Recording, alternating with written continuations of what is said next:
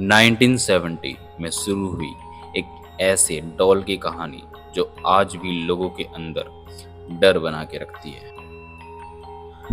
Hello दोस्तों, स्वागत है आप सभी का फिर से मेरे इस YouTube चैनल पे। और आज हम बात करेंगे एक ऐसे डॉल की कहानी जो अभी फिर से चर्चाओं में बाहर आई है।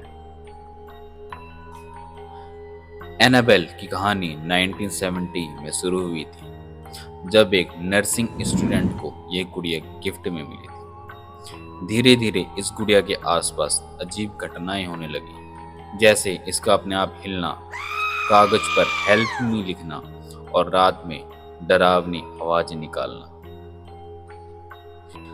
जब ये सारी चीजें बढ़ने लगी तो इस केस को पैरानॉर्मल इन्वेस्टिगेटर एड और लॉरेन ने हैंडल किया।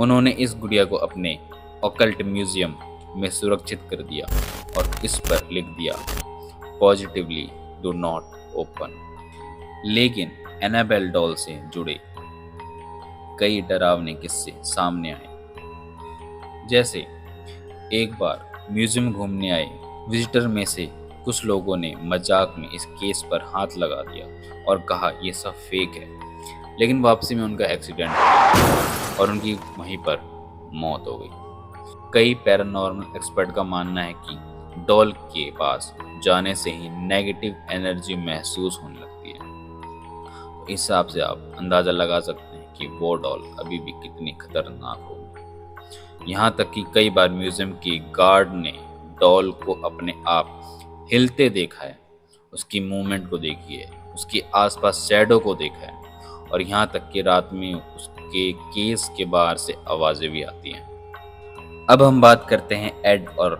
लॉरेन की। वही लोग थे जिन्होंने एनाबेल डॉल को अपने म्यूजियम में रखा। यहाँ तक कि इन्होंने ये दावा भी किया कि ये रात में मूव भी करती है और ये अभी तक की सबसे खतरनाक कर्स्ड डॉल है।